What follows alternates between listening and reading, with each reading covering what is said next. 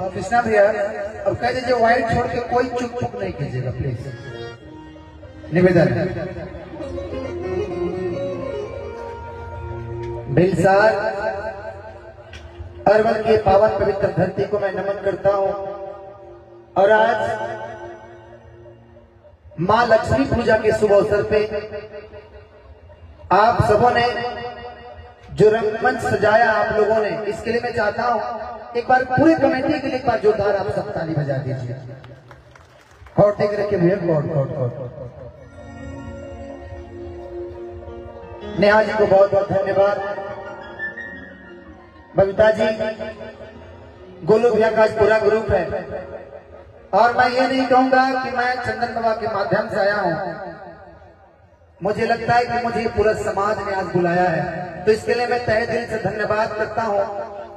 चंदन बाबा तो एक माध्यम है, लेकिन कहीं ना कहीं ये जो मंच है हर साल होता है, तो विशेष धन्यवाद इस कमेटी को मैं देता हूं। फिर से एक बार जोरदार ताली बजा के स्वागत कर दीजिए।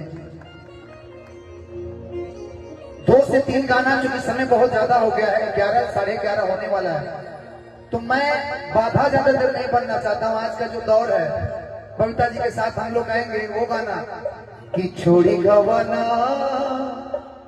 हरी में हरिया। और पर्सनली आपसे मुझे वो जरूर गाना सुनना है कि ना जी अब तोहरा बिना